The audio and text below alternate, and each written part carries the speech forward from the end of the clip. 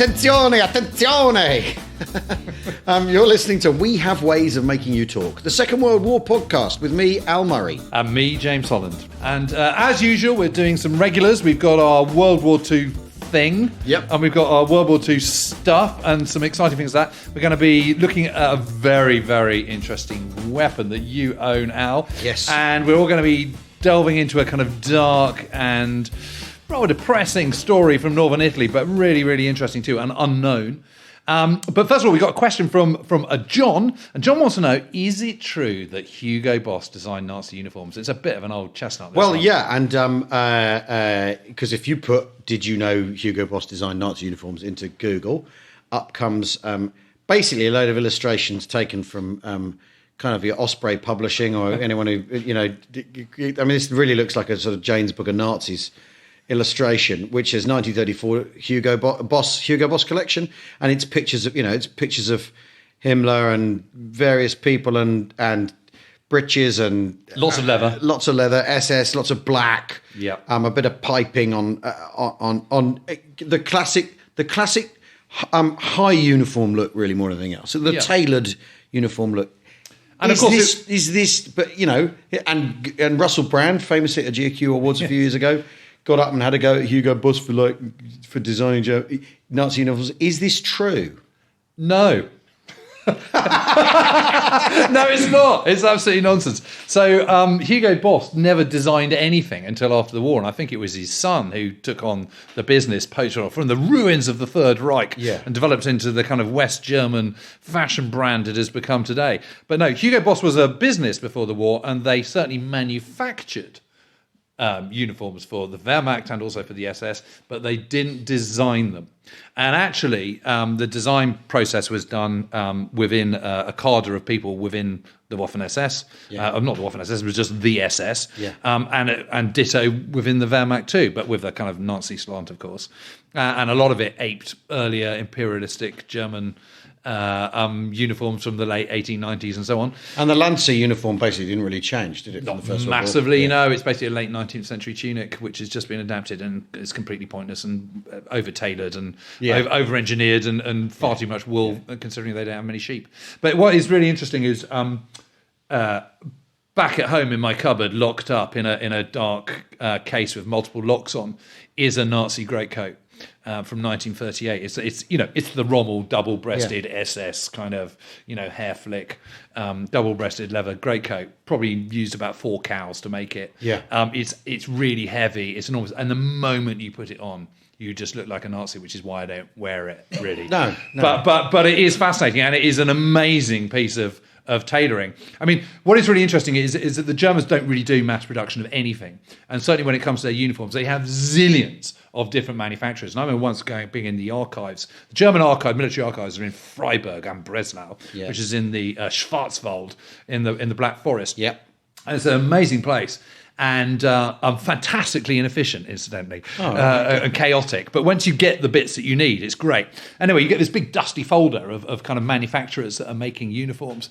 And the list just goes on for pages and pages and pages throughout the whole of Germany. These different kind of clothing manufacturers that are making uniforms to spec, and they're just, it's just not very efficient. So it's not standardised, it's not efficient.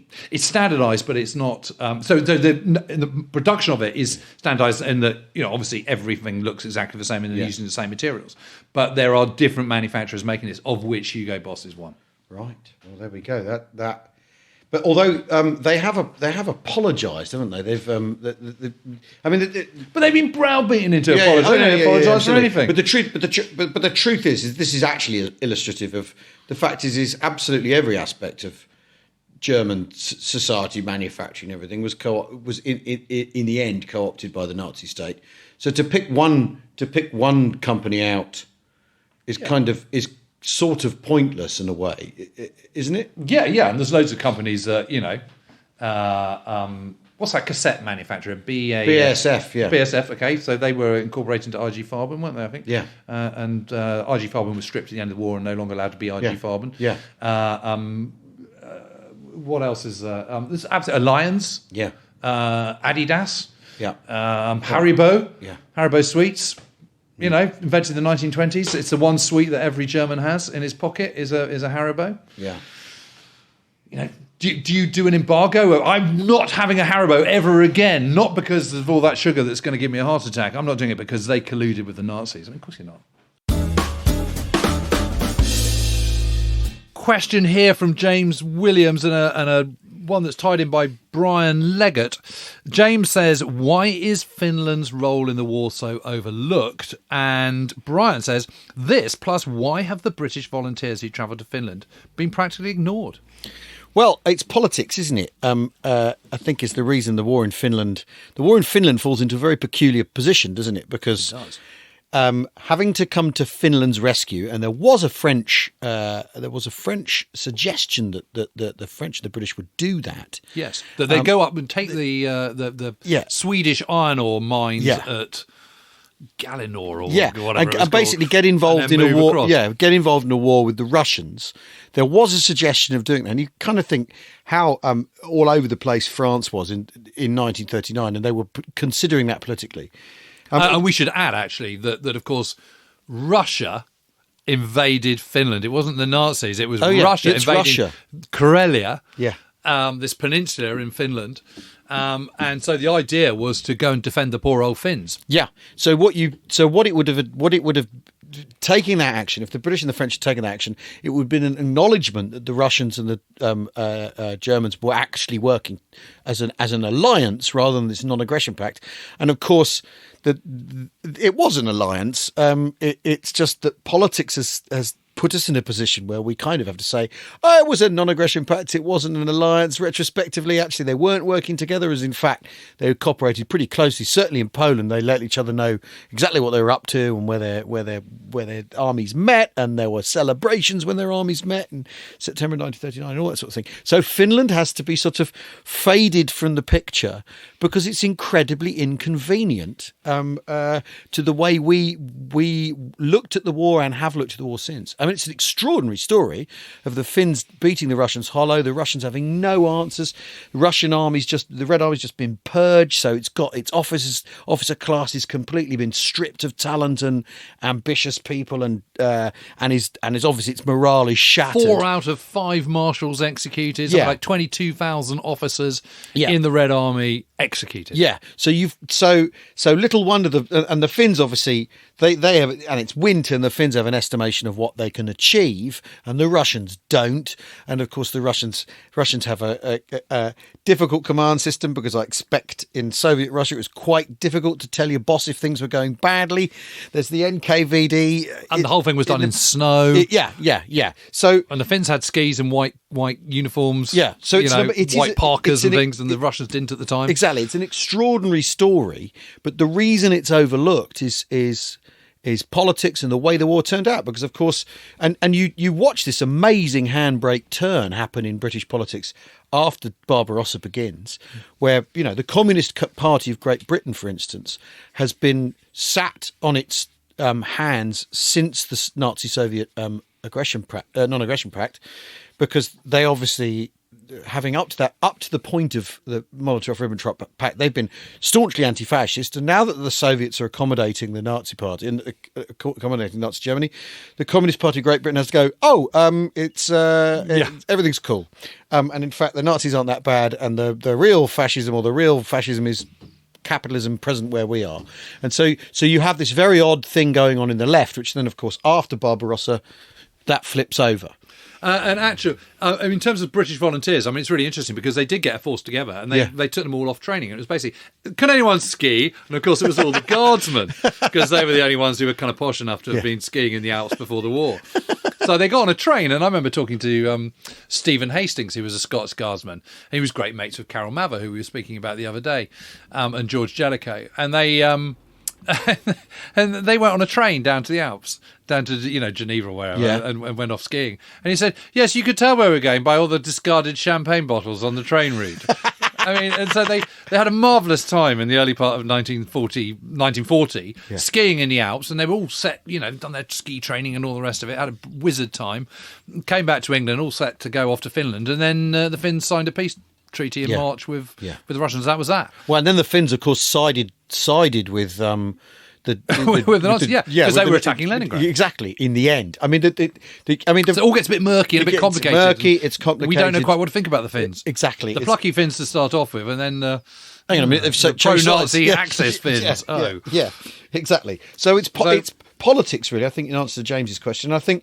And also, I think the other thing is, of course, is in the big scheme of things, it wasn't really that significant either in terms of global effect on the war. No, although if you're Finnish, it probably feels pretty, as ever, there's a British perspective on things. You need to sometimes step away from that. I mean, I think what it definitely showed is what problems the Red Army had, and which then obviously in 1941 writ large by Barbarossa. Well, it's one of the reasons why Hitler goes into the Soviet Union in June 1941 rather than 43-44, which is what he's originally intending. Partly it's because he hasn't defeated, well, a large part of it is because he hasn't defeated Britain, and he's running out of cash. They've been like kids in sweet shops in all these places, these occupied territories, France and Belgium and Holland and wherever, and they've just, the cupboard is now bare. And the old problems they have of not having access to the world's oceans have not been solved. Yeah. And so what do? Well, you need it. You need food, you need oil, you need all sorts of stuff. The Soviet Union is going to be the Raj of Nazi Germany, effectively. Yeah. That's their inspiration. So the point about all this is the Red Army's really poor performance in Finland, where they really are shown to be, bad at it. Yeah, really bad at it. Yeah. Also encourages Hitler. He thinks, well, we've just beaten kind of one of the world's superpowers, and two of the world's superpowers, Britain and France, going into Soviet Union, a bunch of idiotic Slavs, and to mention who can't even defeat Finland. I mean, how hard can it be? Yeah. Completely, not realising, of course, it's the very infrastructure of France that enables them to move quickly. Yeah. So Finland's role in the war wasn't overlooked by Hitler and was so I completely retract what I said earlier. Actually, it was really significant. Brilliant. Now, I have an item. I haven't brought it in with me because we're in my kitchen, and I have this. So this isn't show and tell exactly. It's a bit, so, isn't it? It is a bit, really. Here it is. It's on the kitchen worktop because I can't put it on the kitchen table because it might scuff it. It is. We'll describe it to the listener. It's a machine gun. That's the best way of putting it. And it's an MG42. So if you're familiar with German small arms, you know exactly what this is. But this is the sort of the infamous German machine gun that had the Spandau. That's right. It had a very high rate of fire, and would sound like tearing cardboard. Like that's the sound you would hear, wasn't it? Hitler's buzzsaw. Yeah, exactly. Hitler's buzzsaw. And I was given this by my years and years ago by my manager as a birthday present because he's very imaginative gift giver. And the thing is, when the courier came to the door with this heavy, long cardboard box, right? And obviously this gun is decommissioned. You can't use it. The breech is all welded shut and all that sort of thing. So, have no panic, anyone. When the bloke brought it to the door and gave it to me with the weight, I immediately knew exactly what it was.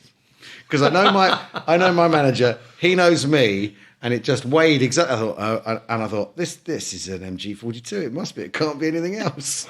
And I got, so I get the Stanley knife out and cut it from its packaging, and there it is. But this gun, this weapon, is one of those things that people are drawn to. I mean, it's a two-man gun because it's a heavy piece of kit, isn't it? I mean, it's a bit over a metre long, isn't it? Yeah, it's about a metre long. Yeah, it's heavy. It really is heavy. It's about 20 pounds, something like that. Yeah, roughly. It looks. I mean, it's interesting. It looks pretty like roughly stamped together. It's a series of plates and. There's nothing fine on it, is there? Well, I mean, the whole point of it was to replace the MG34, which obviously, as the name suggests, came into commission in 1934, which was much more beautifully made, much more engineered, took around 150 man-hours to make, whereas the MG42 took 75. Right. And actually, it probably comes as no surprise to know that I've got one or two of these weapons back in my little man cave at home. And I have got an MG34. And actually, I remember once coming out, I had to give a presentation, and I was going to do a bit of show and tell, so I thought, well, I'll come up with these various weapons. And I had a Schmeisser, an MP40, which is a machine gun, submachine gun, and various other things in a holdall. And I suddenly got to Paddington Station, and I suddenly realised that actually the barrel of my Schmeisser was kind of pointing just a little bit too obviously out of one end. Oh my God! So I thought, God, I better get I'm about to be zapped if I'm not careful by the kind of transport police. So I then went into a bag shop. I said, right, I just need a bag that's bigger than this that I can just plonk this straight into. And I bought it and then couldn't quite get it in. And she goes, why don't you just empty your other bag and then sort of start again? I was like, no, it's absolutely fine. I'm all right, sort of looking at this policeman with a kind of sort of SWAT gun on it. Jeepers. Yeah, no, it was really quite hairy, actually. And it was a kind of sort of lesson, kind of don't take them out of your front room in future. Not really. I mean, this hasn't left the house. Let's just put it that way. But I can't believe you did that. I know, it's really stupid. It seemed a good idea at the time. Reading your obituary. I mean, I have my deactivation certificates on me, but that's not really going to. But that doesn't. When someone's shouting across a railway station at you, while everyone else at Paddington is lying on the ground, and you're going, "I've got my certificate." And you reach into the bag for the commission. Pull out my Luger. Exactly. It's not really going to work, is it? But this machine gun is. The interesting thing about this is that the Americans after the war copied it, didn't they? Yep, and you can still. It's still a form of this. Is now called the M3, I think. Yeah. And it's still used, although with a certain amount of modifications which you didn't have in the Second World War. Now, what you want with what you get from this is a huge amount of lead in a being fired in an initial part of an engagement, which is really good news. Yeah, because its rate of fire is the thing that 1,400 rounds a minute. Yeah, that's like 15 a second, 12 a second. God Almighty. Yeah, it's insane. And that's compared to, because we're going to end up talking about its the Allied equivalents. A Bren gun, 600, 500 rounds per minute. Which is a sort of audible knock, rather than a. It's the same as a Maxim gun, right, from the First World War, right, which killed wounded 60,000 people on the first day of the Somme. Yeah.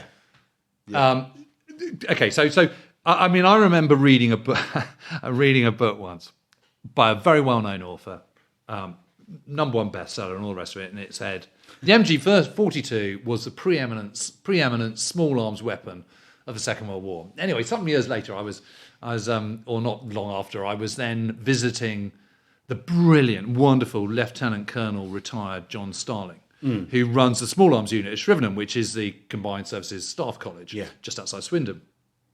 And I think that is keeping going.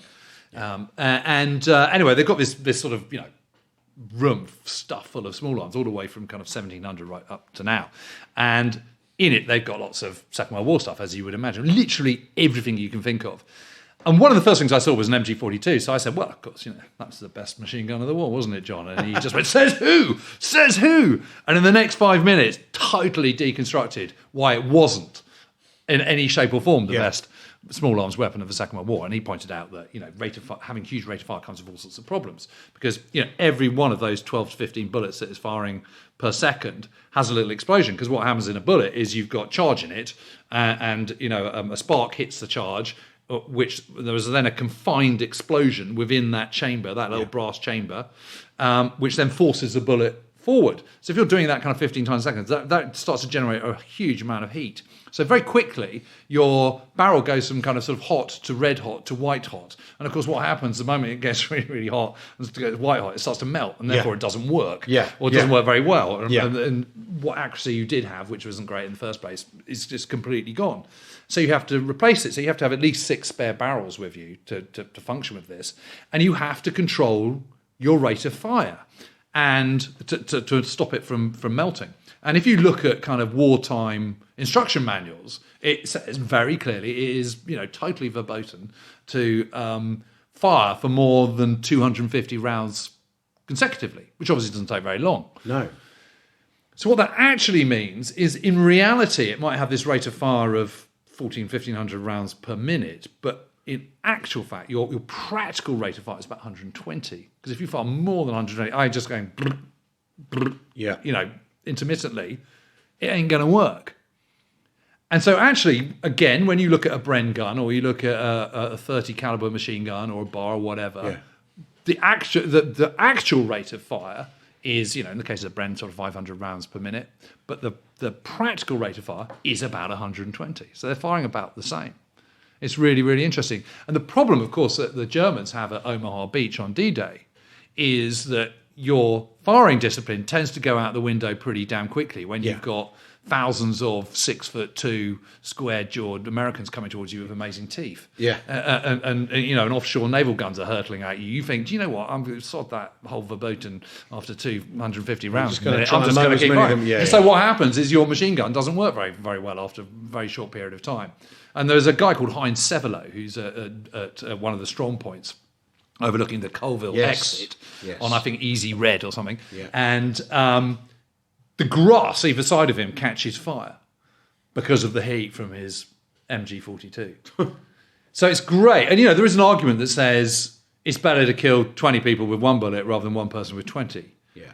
And I have to say, I've been lucky enough to fire a few of these weapons. And I remember firing the Bren, it just drills it. Yeah. The 30 caliber drills it, absolutely unbelievable. Just keep going all day. That thing is like an absolute beast. The other thing which I never appreciated is the amount of smoke. And obviously they don't have the stuff they're using is pretty smokeless in the day, but you're still getting enough. Yeah, and you can't see in front of you because there's all this. I mean, the other thing is if it's burning through ammunition at that rate, you've got to carry that ammunition. Well, unless you're using 120 rounds a minute. Well, yes, in the end, yes, if it's averaging out the same. But this strikes me as. Because German technology gets talked about a lot as superior to Allied, and as you say, I mean, we were refighting the Battle of Hastings a little here, as it were. The idea that this is a superior weapon very much comes from an idea that German weaponry is superior. That's an idea that has really gripped people and kind of won't go away. And we were talking about the snazzy tailoring earlier on, the Hugo Boss.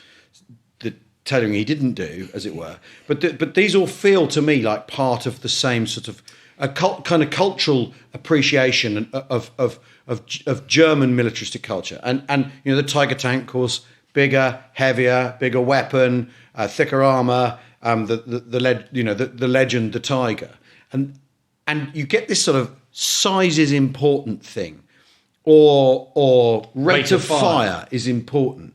And not really considering that a Tiger tank it's a big heavy tank, but that might mean it's difficult to transport. That might mean it might not fit in a railway tunnel that easily. It might not get over a bridge, small country bridges in northern France that easily. Well, it certainly won't if you're trying to advance. And exactly, that's one of the reasons why you want a Sherman to be at 30 tons rather than 56. Exactly, but you're not going to be able to bridge it. But what I'm saying is, you end up with these sort of because after all, famously. Udet, when he was commissioning aircraft for the Luftwaffe, had a dive bomber requirement for all bombers. So every bomber that was brought to the Luftwaffe had to be capable of dive bombing. So Udet is this amazing fighter race from the First World War, and he's a barnstormer post-war, and he's bezies with Hermann Goering, who's the commander-in-chief of the Luftwaffe, as well as being the world's only ever 6-star general, and as a Reichsmarshal. And he loved being bad. And we should do a whole podcast on Goering, because he's really, really interesting, but like down the line. But Udet is this amazing pilot. And Goering, because he's his mate, appoints him head of procurement of the Luftwaffe, and he's just all at sea in this kind of totally Machiavellian Nazi world, and he's just absolutely lost it. But both him and Yashonik, who is the chief of staff of the Luftwaffe, both become obsessed with dive bombing, and that's fine in a single engine plane like the Ju-87 Stuka. Yeah. But then they go, well, they're developing this kind of fast medium bomber, the Junkers 88, and they go, you know what, would be really great if this could dive bomb too. And so they go to Junkers and say, well, what do you think? And Junkers do loads of teeth sucking and go, well, we can do it, but it'll cost you, and it does, and it makes it much slower, and it's nothing like as good as it could have been. And then they go, you know what, that 4-engine bomber we're developing, that Heinkel 177, wouldn't it be great if we can dive bomb? And you don't need to be a sort of aerodynamicist to realise that just isn't going to work. And it's a total dog and kill something like 32 of the best Luftwaffe test pilots trying to get this thing up and running, and it never works. So yeah, you're right. You know. So yeah, because there's this thing of big because rate of fire. I mean, the thing is, if you're, I remember as a kid, you'd read about this and you'd think, wow, the rate of fire. Well, that's obviously that. It's like a thing that a 12-year-old would come up with. Is I need a machine gun that can fire 1,200 rounds a second or whatever, millions of rounds, and that solves whatever the problem is, without a moment's consideration for all the problems it creates.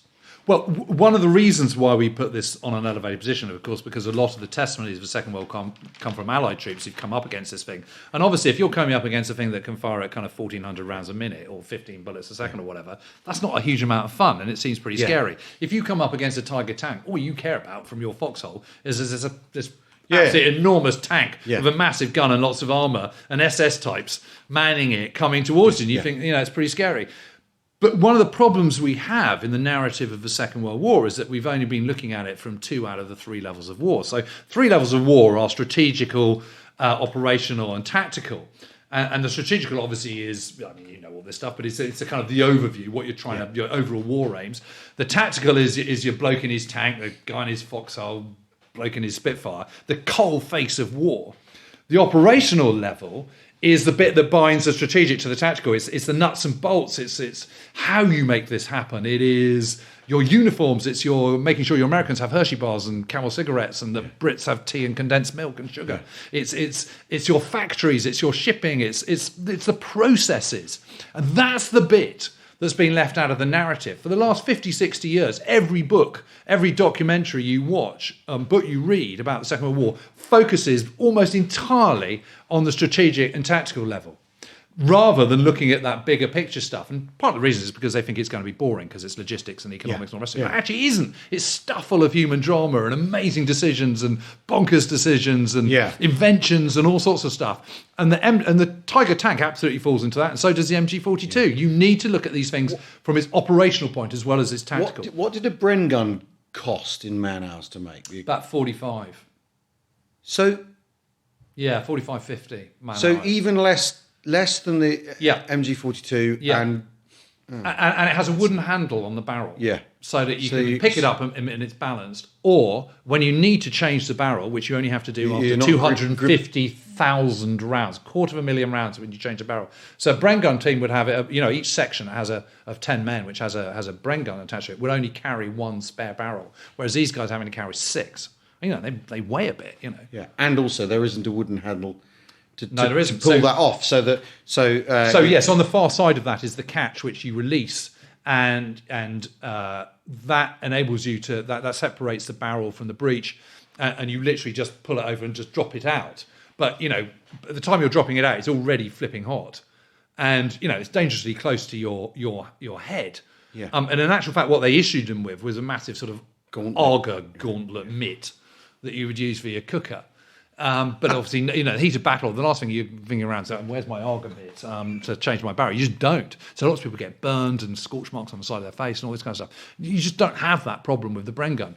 And also the bipod that you've got there wobbles around like you don't know what. It's all over the place. Whereas on the Bren gun, it just folds back onto the barrel, and when it clicks into place, it clicks into place. But then if you're delivering a huge amount of lead in a short burst, none of it needs to really be accurate, does it? Well, there is an advantage to not being accurate to a certain point, but the answer to that with your Bren gun is you just waft it around a bit, and then it isn't. I mean, what you're trying to do is obviously you're trying to kill people and stop people in their tracks, but actually also wanting to wound people so that the others will stop to kind of get the wounded guy, and you're also trying to just get them to get down. But there's an amazing report that's done in Sicily by Lionel Wigram, who incidentally is the grandfather of Lionel Wigram, the film producer who works with Guy Ritchie, amazingly.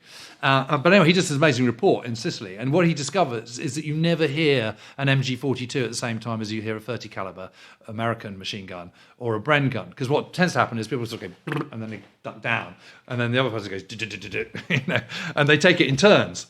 So they do work as fire suppressors. Fascinating. Well, we need to let the MG42 cool down now. We're going to take a short break while I go and urinate on the barrel. Back in a minute.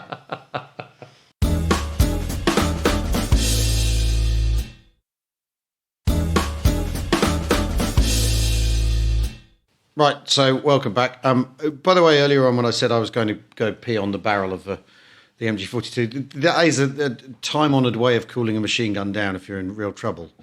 Yeah, so, any which way you can. Any which way you can.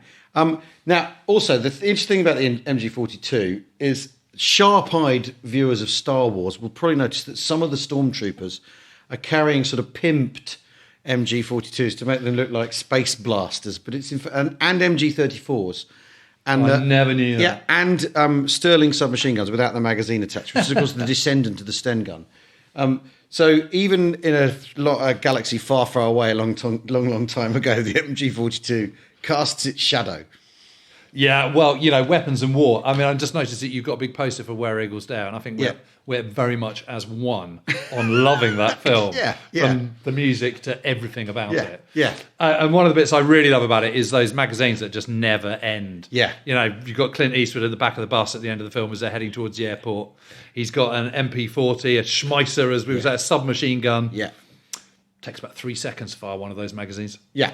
And it's an infinite weapon. There's that scene in the corridor where a machine gun crew actually set up an MG34 on a stand, don't they? And he's at the other end, and they fire back down the corridor. Yeah, that's right. And would basically destroy that corridor with that gun and miss it. Not only miss him, but give him time to cheekily lean round and annihilate them all. But anyway, that. Who cares? I have broadsword calling Danny Boy as my text alert. Of course you do. Right. Now, last time we talked about 1 minute in Madagascar. Yes. A minute in Madagascar. As my forgotten moment of the Second World War. What have you brought this time? Yeah, well, it's a dark episode, really. It's an episode from northern Italy, and the war in the north of Italy after the fall. Rome falls in June the 4th, 1944, so 2 days before D-Day. Then, of course, 2 days later was D-Day, and everyone sort of forgets about Italy. And there's not very many books about it, there's not many programmes about it, and everything that happens after the 4th, after the 6th of June, 1944, in Italy is just sort of forgotten. And what is also forgotten is that while the Allied armies and German armies are sort of knocking 10 rounds out of each other in this terrible war in the mountains of Italy, there's a kind of civil war going on as well. Yes. And there's loads of partisan bands, and the Germans have a very kind of strong arm rule. Ostensibly, Mussolini's back in charge of this kind of sort of new fascist state, but it's kind of, it's puppet state stuff under the Nazis. And there are growing numbers of partisan bands, because what happens if you're a young bloke, it's a bit the same with France, if you're a young bloke in Italy, you get called up. You either have to go and be in a sort of SS police battalion, or you have to go and join one of Mussolini's new divisions. And most of them just don't want to do this. Yeah. So the alternative is to just run to the hills and become a partisan. And there is this. When I did both a novel set in this period of the war, and also a big, serious, fat history book. Yeah. About it, and I was looking into it, and there was one partisan band I came across called the Stella Rossa. And although they're, that translates as a Red Star, actually they weren't political at all. They were completely apolitical. And because a big part of the complexion of there was communist resistance, right. and you've got, because it's Italian post-war history. There's lots of sort of communist manoeuvrings and communist politics and Soviet lever pulling and all that sort of thing. All that sort of stuff, and there were lots of ostensibly communist partisan brigades that were known as Garibaldi brigades. Yeah. But the Stella Rossa, despite their name, weren't. And the commander was a guy called Lupo. So actually, his real name was Mario Musolese. Yeah. And he was an incredibly charismatic guy. And all he was interested in was just getting rid of what he called the Nazi fascisti. Yeah. And he wasn't interested in politics. He just wanted everyone to come in and just kick the hell out of the Nazis and get them out of there. And of course, the fascist regime as well. Anyway, he had, over the summer of 1944, the Stella Rossa kind of reigned supreme in this area of the Apennines, which is about kind of 15, 20 miles south of Bologna. Right. And they really rule the roost. But they're also completely dependent on these mountain folk, these contadini, which are these sort of sharecropping peasants, farmers that have been living the same way for centuries. And there are these, the mountains are absolutely stunning. They're really, really beautiful. No one goes, they're not on the tourist map like Tuscany is or Umbria or something, but they are really beautiful. And there's this ancient community up there. You sort of go up the first slopes, and there's a kind of sort of mountain plains, and there are these little sharecroppers, these contadini, and they're going about their business. But of course, that's where the parslands are, and they can only exist with the tacit support of this local community, this local population. Yeah. And like a lot of Italians, their real motivation is just they don't like central authority. It's not that they've got particularly anything against fascists or massively against Nazis. They want to be left alone. They just want to be left alone and get on with their own thing. And if there's a sort of local guy and they're sort of stacking up for it, they sort of go, yeah, all right, yeah, you can hang out at my grain store, no, not a problem. And so basically that's what happens. At the end of September 1944, the Germans are being pushed back. This is the big attack on the Gothic line, which is this big, strong defensive position, roughly kind of Pisa to Rimini, but in depth across the mountains. The Allies are trying to kind of force their way through, get off the mountains and into the flat plains of the Po Valley, where they can use their armour and overwhelming firepower and all the rest of it. And the Germans are trying to stop them. So for the Germans, they've got a problem because they're having enough trouble at the front and they're now being attacked at their backs as well. And General Schlemm is the commander of the 1st Fallschirmjäger Corps, so the 1st Paratrooper Corps. Yeah. And he says to, right, this is just totally intolerable, I can't have this. These Stella Rossa guys, we've got to sort them out. So he organises a group of troops, some of which are Wehrmacht, but some of which are the reconnaissance battalion of the 16th Waffen-SS Panzer Grenadier Division. Right. So super politically motivated. Yes, exactly. Yeah. And it says, right, go and sort them out. So their way of sorting it out is to just get in a ring around this area, work their way up and just kill and burn everything in sight. And they do. And it ends up being, it's launched on the morning of the 29th of September 1944, and it is the worst civilian massacre in the West in the entire war. 770 people killed. Yeah, it's absolutely amazing. So it's bigger than Orador, which is the kind of infamous one in France. The infamous one, yeah. Or Lodici, which is the one outside Prague, just after Heydrich is assassinated in Prague. Anthropoid, that film and all that kind of stuff. And this is the biggest one. And no one's heard of it. It's just completely forgotten. Well, I just think that's wrong. I think people should know about it. I hadn't heard of this. No. And one of the reasons is because after D-Day, Italy kind of falls off off everyone's radar. Yeah. I mean, it's fascinating you say that. I mean, very often in descriptions of stages of the Allied and German struggle is that there's a period where the Allies are trying to get out onto some plains where their armour will work, and that they get stuck, they get hurt up. Because there's a lot about Normandy where it's once we've bust out of this country, we'll be able to do a great big sweeping cavalry charge and hoover up the miles and there's this same thing kind of happens all over. Because actually that's actually what the story is the Germans are locked in defensive mode, and if you can peel them open, you can break out and finish them off. But trying to peel them open is really, really difficult, particularly in a mountain, because what the Allies have, of course, is this huge mechanical and technological advantage and firepower advantage. But in a mountain, it's still down to people on their own 2 feet and mules. Yeah. And you can't really take tanks. But all the contadini were murdered then? So literally everyone. Because if you think about it from a sort of pragmatic German point of view, you've got a problem. How do you get rid of everyone? And how do you distinguish? It's the same problem we have with, in Afghanistan. How do you avoid collateral damage when you're going against guys who aren't wearing uniforms? It's really difficult. Yeah. We obviously try and make sure that we don't do that and don't kill everybody. But they're Nazis and they're Germans and they don't really care. And so they just kill everybody. And I have to say it's incredibly effective because after that there's no more problem with the Stella Rossa because they're destroyed and Lupo's killed and everyone's killed. But I remember interviewing this lady. So it wasn't one big massacre, they all lining up on top of the hill and shooting them all. It was they find little clumps of people, they corral them into a church or to a barn or whatever it might be and just shoot them. So there was 202 Italian old guys, women, children, babies who were sheltering in a church. SS come up from the 16th Waffen-SS Reconnaissance Battalion, bang on the door, pull out the priest, shoot him in the head, get rid of him. Yeah. And then they order all the people in the church to come out and march them kind of 70 yards down the road to this little walled cemetery. This is absolutely typical of how they have things in Italy in that place. You have the church and then you have the walled cemetery just down the road. And they pass them in. And I remember Cornelia saying to me, one thing she absolutely remembered was there was an old lady in front of her who was sort of, a bit infirm. And this German soldier helped her, took her arm and led her across the threshold of the gate. And they very quickly realised what was going on because they were told to go and stand over by this wall, the far wall. Then they got out a machine gun, one of these babies, your MG42s, started getting out ammunition, and they just shot them all. And she survived because just before the firing started, one of the women there wasn't with her baby and had a panic attack and just said, I've got to get my baby, and ran towards them. So they shot her dead and then lobbed in a grenade. Right. And the grenade blast didn't kill Cornelia, but knocked her unconscious. And when she came to, everyone was dead, including her twin brother and sister, who were younger than her. Her other sister had been shot in the head, but was still alive. And her mother was still alive, but had been shot across the thighs and bled to death a little bit later.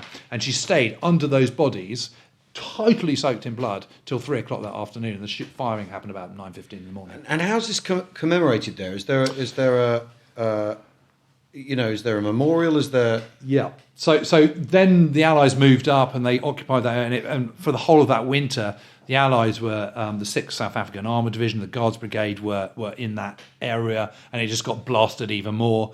And it was, after the war, no one ever lived there again, and it's just a ruined village, and it's been preserved as a ruined village. The churches are there, the cemetery that I'm talking about, you can still see it. You can still see the bullet holes and stuff like that. I'll post up a picture, but it's there's a big memorial in the nearby town, which is the mausoleum, which is where all the bodies were put, and it's incredibly moving. And did this get to Nuremberg? Was there anyone put no one brought to justice? The commander of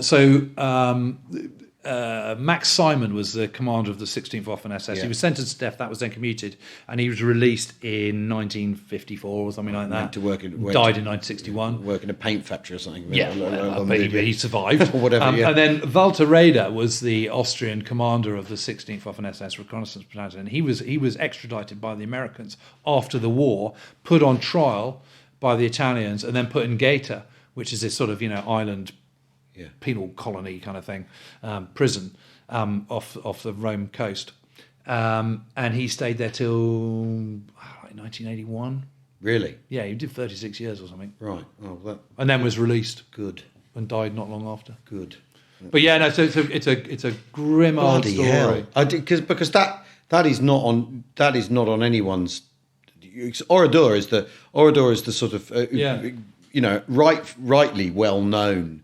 In France, the site and the preserved ruined village and all that sort of thing, and part of the picture, and also, of course, part of how France has one of the ways France got out of its quite compromised situation post-war.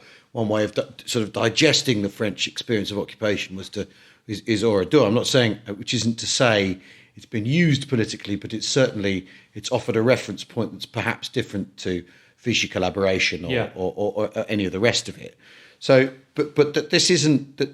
Does this occupy in the Italian cultural and political imagination? Where does this exist? People who are interested in the period know about it, but it's not in the kind of public consciousness in a way that something. If that had happened in Britain, we'd have Montesoli Day, wouldn't we, every year, and all this kind of stuff. It'd be such a big thing. So it is, but it isn't, if you know what I mean. So I sort of fictionalized it in a novel that I wrote some years ago called Pair of Silver Wings, and I changed everything. So Lupo is called Volpe, which is instead of the wolf, he's the fox. Montesoli is Monte Luna, it's the sun, it's the moon rather than the sun. And I kept it absolutely, very deliberately, so that you wouldn't mistake what it is, and that's what we're trying to make into a movie at the moment, which is quite fun. Oh, right. So it's hopefully it'll be a cheery one. And actually, not much of a date movie, is it? Ultimately redemptive. Oh well, thank God for that. That is an extraordinary story, and I'll hold my hand up. I knew absolutely nothing about that. It is amazing. It's absolutely amazing, and it's so beautiful up there. And it is, like a lot of these places, like when you go to Auschwitz, you can't hear any birdsong. It's the same thing. It's a sort of stillness in that mountain air, but it is stunningly beautiful. It's incredible. Well, I think that's it for today. Thank you very much, James. Thank you. Always a pleasure. So from an MG42 to the consequences of the MG42, basically.